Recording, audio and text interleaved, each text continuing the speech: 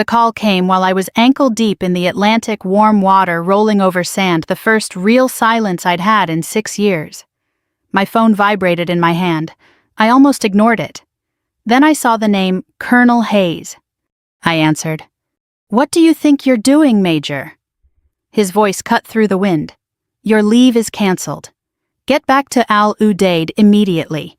If you're not wheels up in 12 hours, I'll recommend disciplinary action."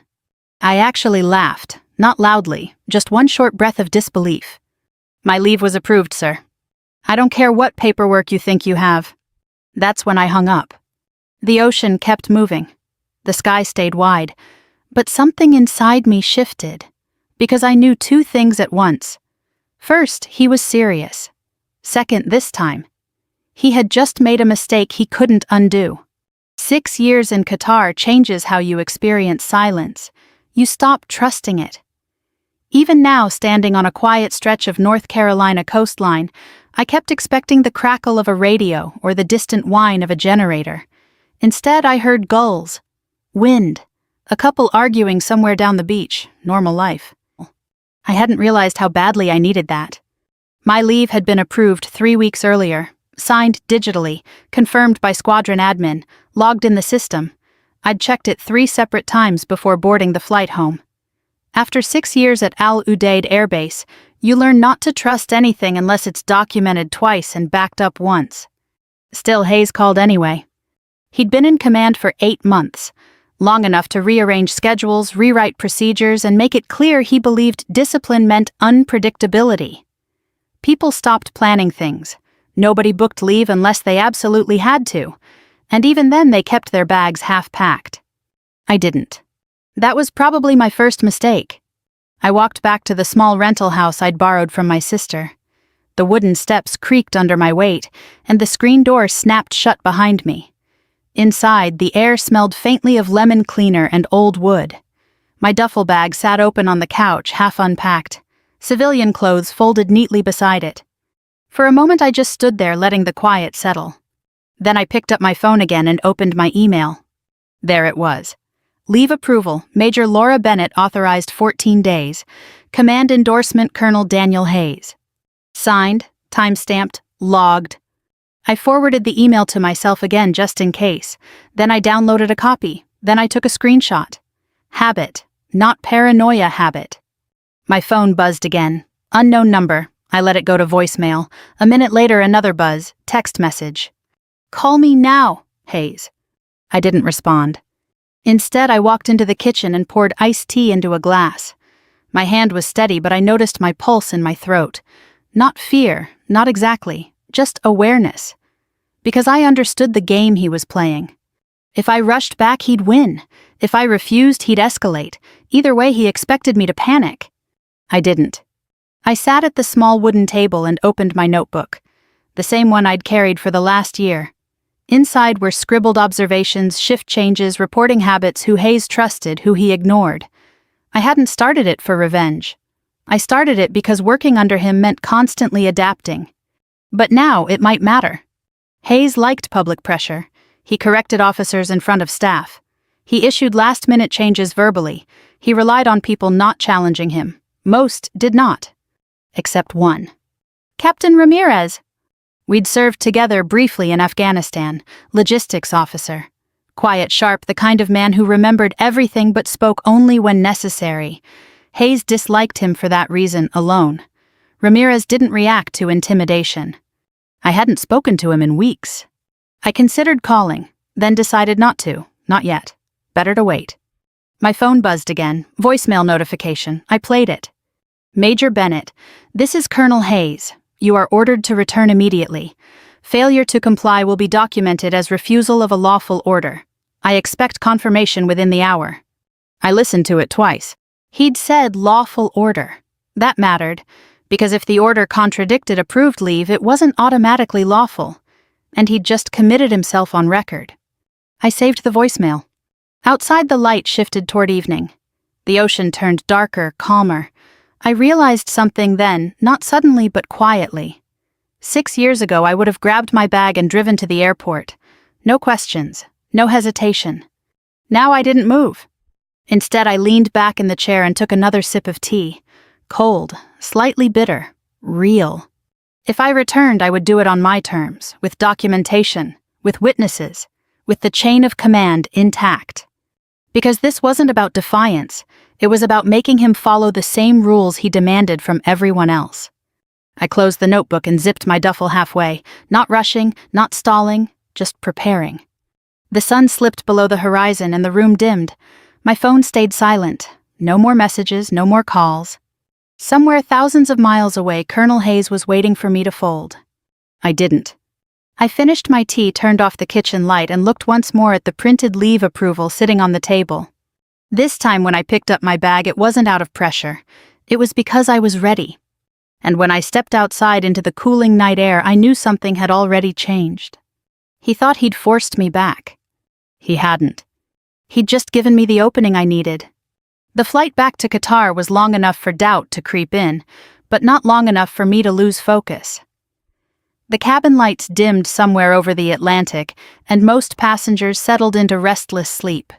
I stayed awake, tray table down, notebook open, the printed leave authorization folded neatly beside it like a quiet insurance policy. I replayed Hayes's voicemail again, this time with earbuds in. Failure to comply will be documented as refusal of a lawful order. He'd chosen his words carefully, but he'd also committed himself. If this escalated, that sentence alone would matter, especially if the order wasn't lawful to begin with. I wrote one line beneath it, document everything, no emotion, no improvisation. The flight attendant paused beside me. You military? She asked, glancing at the paperwork. Yeah. Heading back early. I gave a small nod, something like that. She smiled sympathetically. They always pull you back when you finally relax. I almost said yes. Instead, I said nothing, because this time I wasn't being pulled back. I was choosing to return, and that difference mattered. When we landed at Al Udeid Air Base, the heat hit like a wall. Even at night, the air carried that familiar mix of jet fuel dust and distant generators. My boots felt heavier the moment they touched the pavement. 6 years of muscle memory snapped back into place. Posture, pace, awareness. Nothing looked different, but I felt different. I cleared entry, grabbed my duffel, and stepped into the dimly lit corridor leading toward admin. A few night shift airmen glanced up, then did a double take when they recognized me. Ma'am, didn't expect you back yet, one of them said.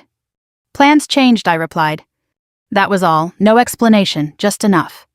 I checked the wall clock. 23:10. Hayes was still on base. He liked late-night control, fewer witnesses, less resistance. If he wanted confrontation, he'd get it tonight. Before heading to operations, I made one stop. Logistics office. The door was half open. Inside, Captain Ramirez sat behind a desk covered in supply manifests. He looked up, surprised, then leaned back slowly.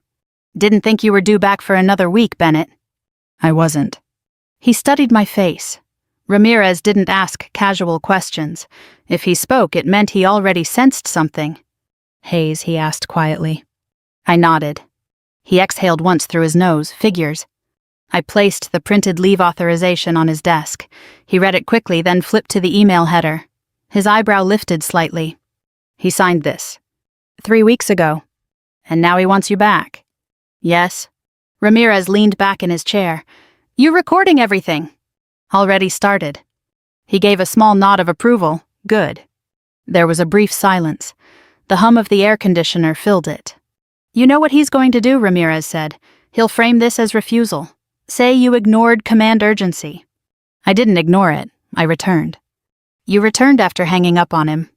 That was true, and dangerous. He left a voicemail, I said. Called it a lawful order. Ramirez's eyes sharpened. That helps. He slid the paper back toward me. You going straight to him? Yes. He considered that, then stood. I'll walk with you.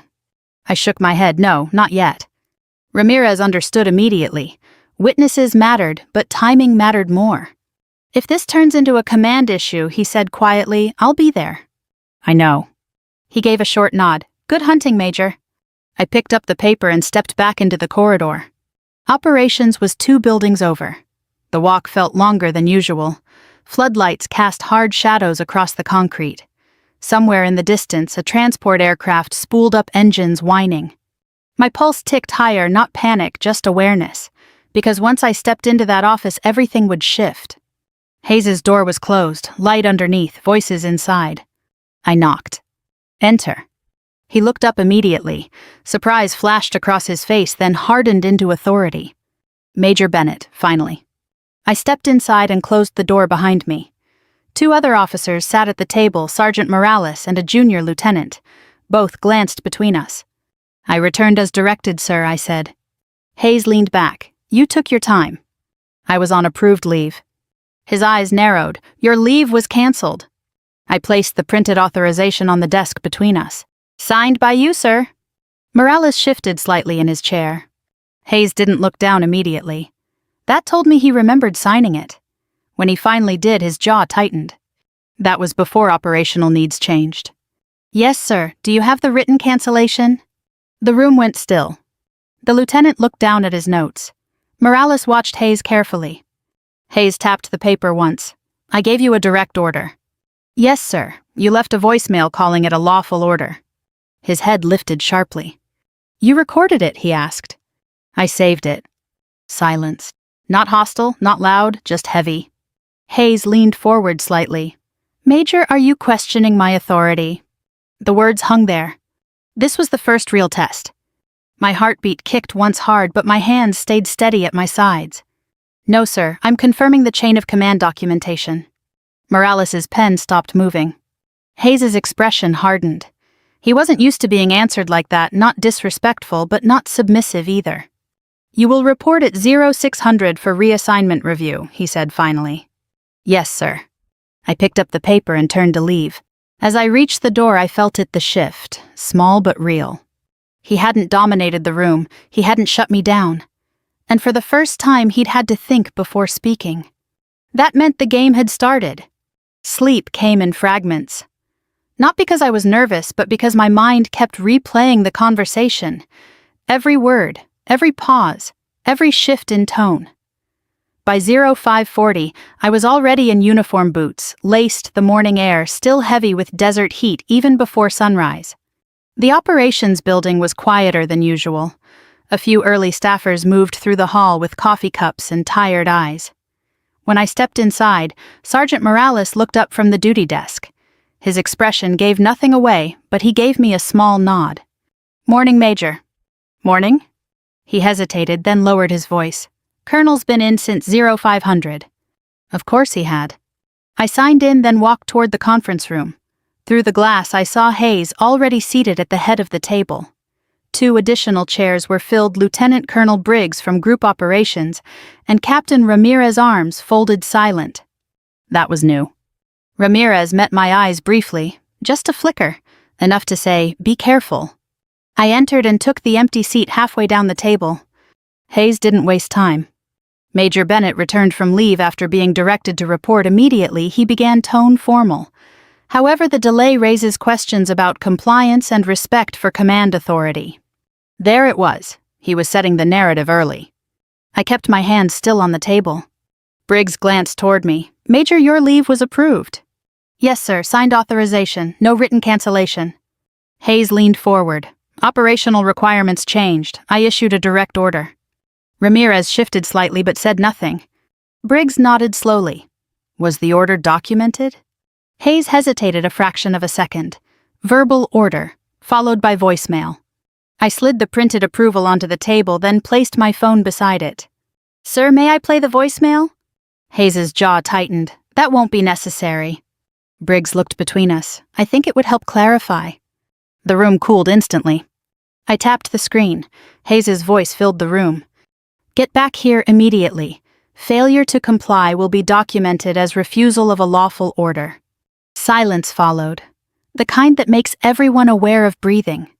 Briggs leaned back slightly. Colonel, was the leave formally revoked? Hayes's fingers drummed once on the table. I exercised command authority. That's not what I asked, Briggs replied evenly. The tension sharpened. This was moving faster than I expected. Hayes shifted tactics. Major Bennett laughed and hung up. That behavior alone raises concerns about professionalism. Every eye turned toward me. This was dangerous ground. Disrespect toward command, even perceived, could trigger an Article 15 review. My pulse jumped once. I kept my voice steady. I acknowledge the order, sir. I returned on the first available flight. Hayes shook his head. You delayed. I was in transit from approved leave. I returned within operationally reasonable time. Morales, standing near the wall, shifted his weight. Ramirez's gaze remained fixed on Hayes. Briggs tapped the table lightly. Timeline. I received the call at 14:30 Eastern Standard Time, I said. Departed within 8 hours. Arrived 23:10 local. Reported immediately. Ramirez spoke for the first time. That's consistent with available flights. Hayes shot him a look. Captain, I don't recall asking for input.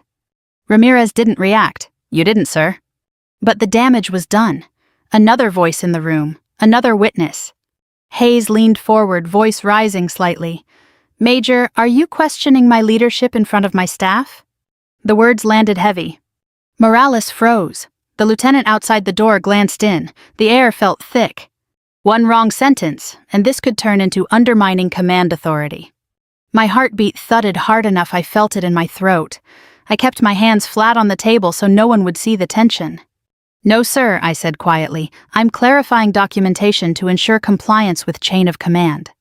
No challenge, no apology, just fact. Briggs nodded slowly. Hayes tried again. Your tone during the call? With respect, Sir Briggs interrupted. The issue is whether the order superseded approved leave. That stopped him.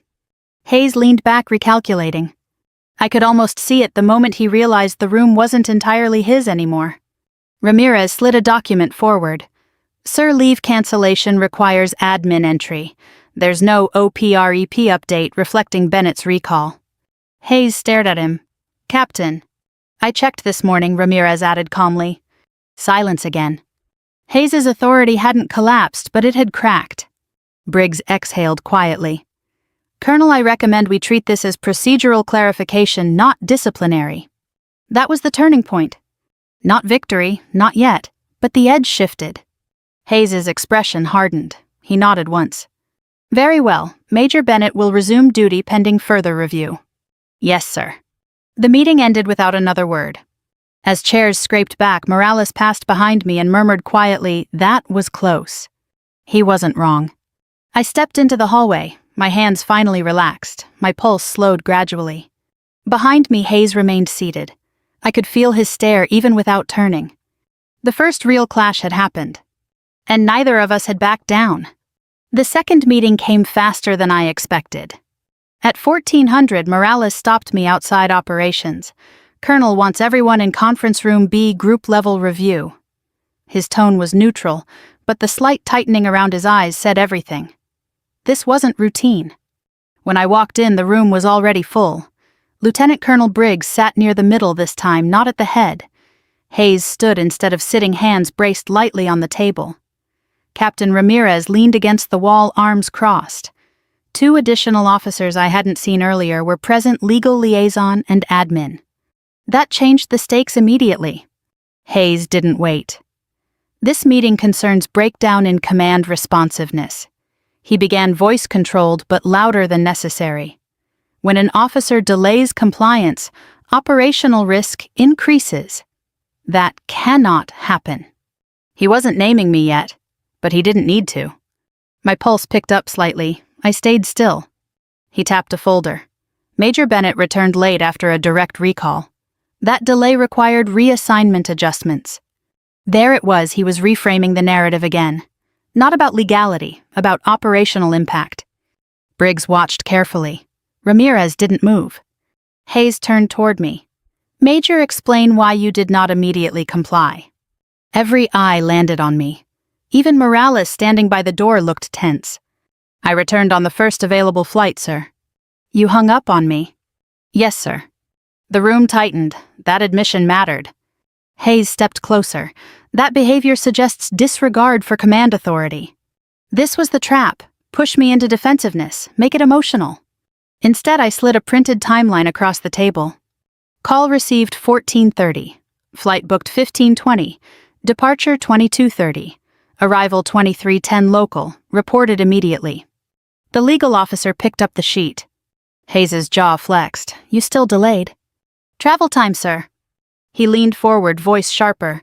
Major, Are you telling this room you determine when to obey orders?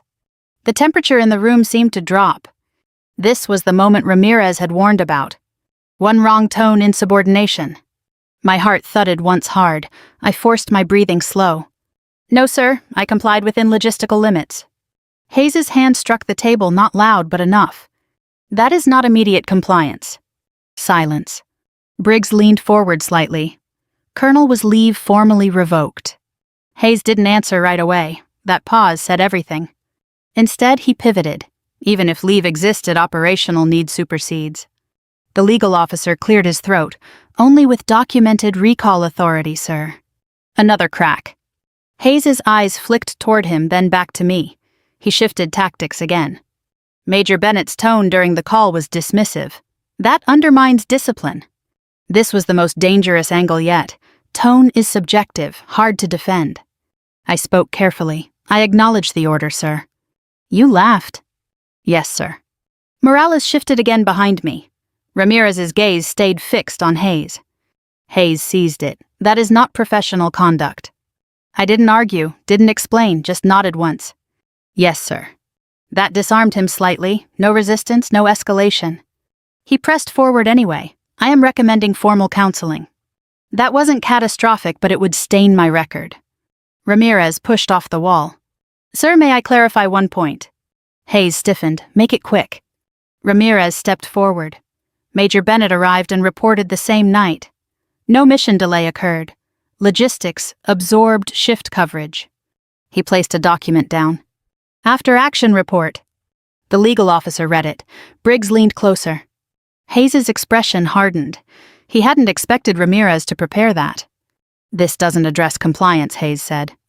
Ramirez didn't blink. It addresses operational impact. That mattered. Hayes's argument depended on claiming harm. The legal officer nodded slightly. No operational degradation noted. Another shift. Hayes realized it. His voice rose slightly. Major, are you questioning my leadership in front of my staff? The words hit harder this time. My pulse spiked. The room went still. Even the air conditioner sounded louder. This was the cliff edge. I felt the weight of it, career, reputation, everything balanced on the next sentence. My hand stayed flat on the table. No, sir, I'm documenting compliance. Quiet, controlled, no emotion. Briggs exhaled slowly. The legal officer glanced at Hayes.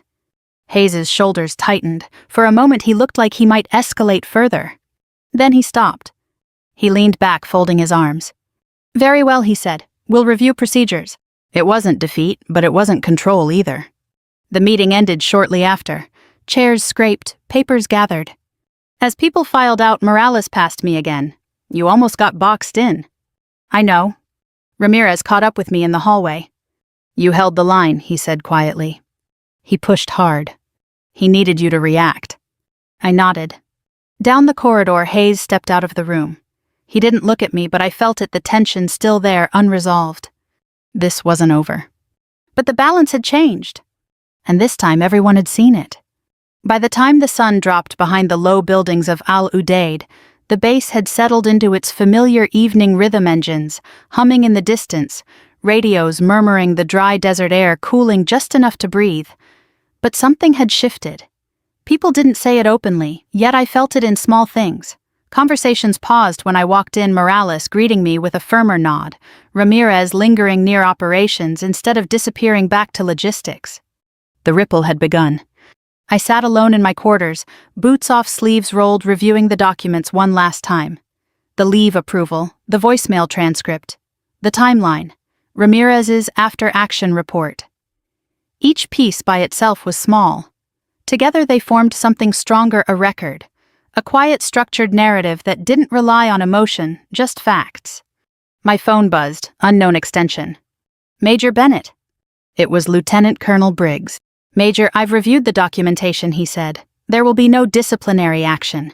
Your recall was procedurally unclear. You'll resume normal duties. A slow breath left my chest. Not relief, something steadier. Yes, sir.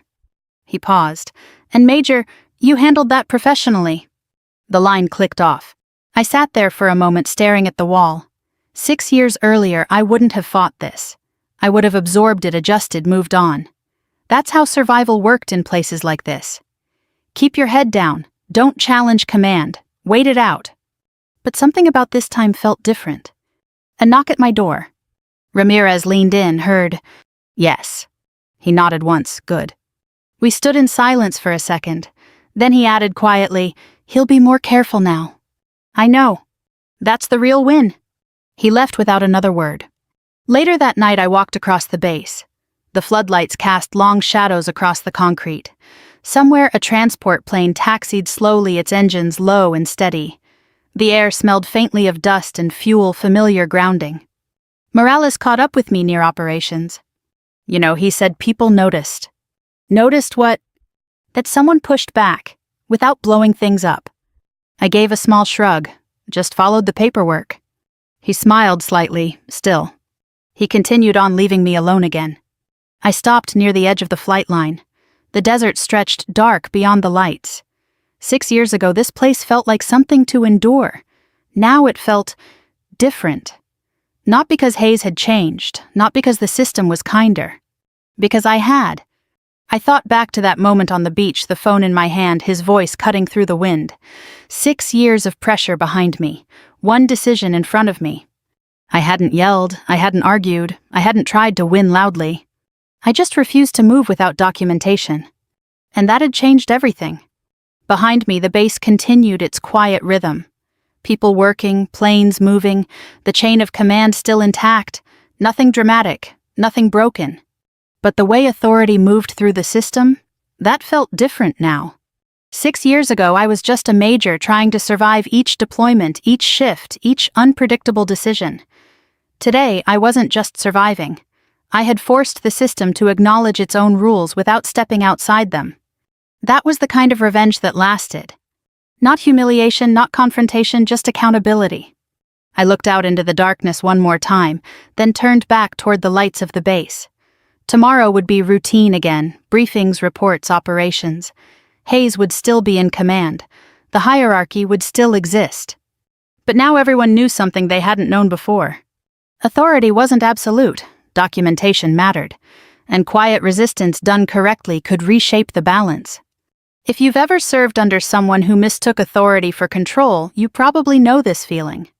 Not the thrill of beating them, but the calm of knowing the rules protected you if you were patient enough to use them. I'd like to know where you're listening from. Have you ever faced a moment like this where staying calm mattered more than fighting back? Share your thoughts below. And if stories like this resonate with you, stay with us. There are more journeys ahead. Quiet ones, difficult ones, and sometimes ones that change everything in ways no one expects.